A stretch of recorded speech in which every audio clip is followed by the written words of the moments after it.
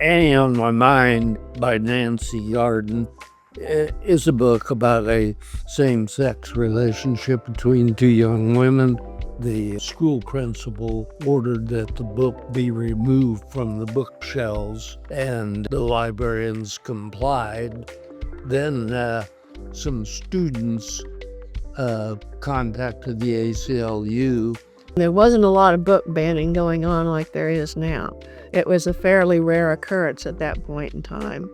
The Annie on My Mind case, which was about folks wanting access to literature, wanting access to a story that reminded them of themselves, or wanting access to a new perspective, wanting to find out that that's part of the purpose of literature, is to take you to someplace you have not been before.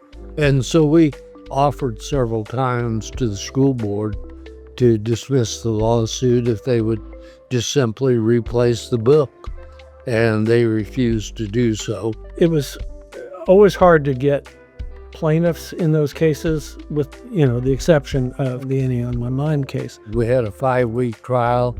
All of our students and parents testified.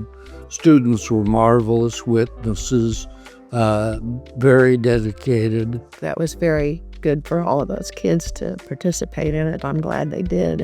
And if it hadn't been for them, a lot of this wouldn't have happened.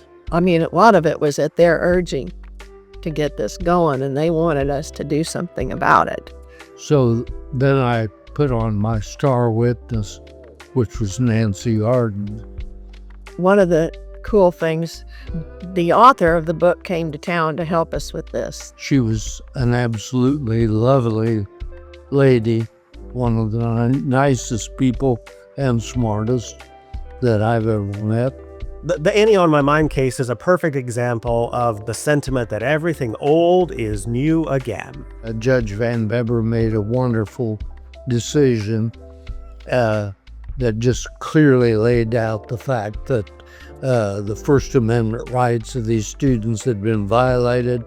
Attempting to restrict it is really a way of limiting people's freedom, a way of limiting perspective, a way of stopping us from imagining something different and better. It showed them that you can get something done and you can go up against the school board. That's why it was so dangerous then that the school district was trying to restrict access to it. That's why it was so important to win that case. And that's why it's so important that case law like that exists today, because it reminds people that they have tools to use when folks try and ban books, that they have tools to use when people try and shut them down, that they have tools to use when people try and erase them from the American story.